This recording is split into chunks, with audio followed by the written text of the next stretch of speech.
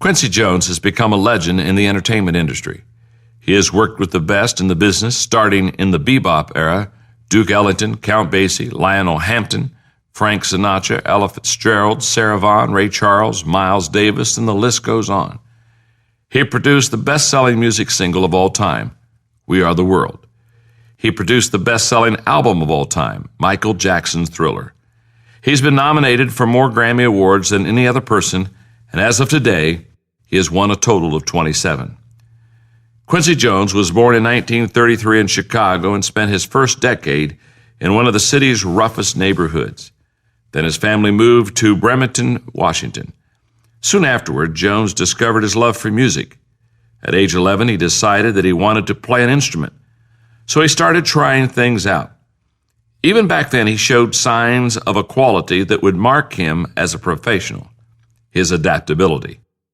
He began staying after school and trying out a variety of instruments to see which one he wanted to play. He tried percussion, the clarinet, violin, baritone, French horn, sousaphone, and trombone. Finally, he landed on the trumpet, and he excelled. By age 14, he had his first paying job as a musician.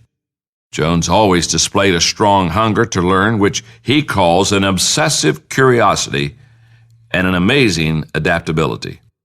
Through the years, he has easily transitioned from musician to arranger to band leader. In the 1950s, he worked with many of the greatest jazz performers.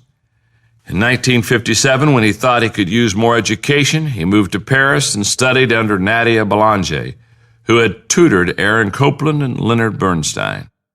At that time, Jones took a position with Mercury Records to make ends meet. That's where he learned the business side of the music industry. He was so good at it that in 1964, the company made him a vice president. It was also in the 60s that Jones decided to tackle a new challenge: scoring movies. He's gone on to write music for more than 30 movies and numerous television programs. Flexibility and creativity have served Jones well. It's not only enabled him to work with all kinds of musicians, from Latin to pop and jazz to rap, it also has made it possible for him to bring the best out of any person he works with. He adapts to the person and the situation to create a win for everyone. Everyone has a different way of relating to people, observes Jones. I take everybody one-on-one, and I'm happy I do, because I've had some great relationships that transcend show business. Jones himself has transcended professionally. He has used his adaptability to branch out into other industries. He broke into filmmaking when he produced the color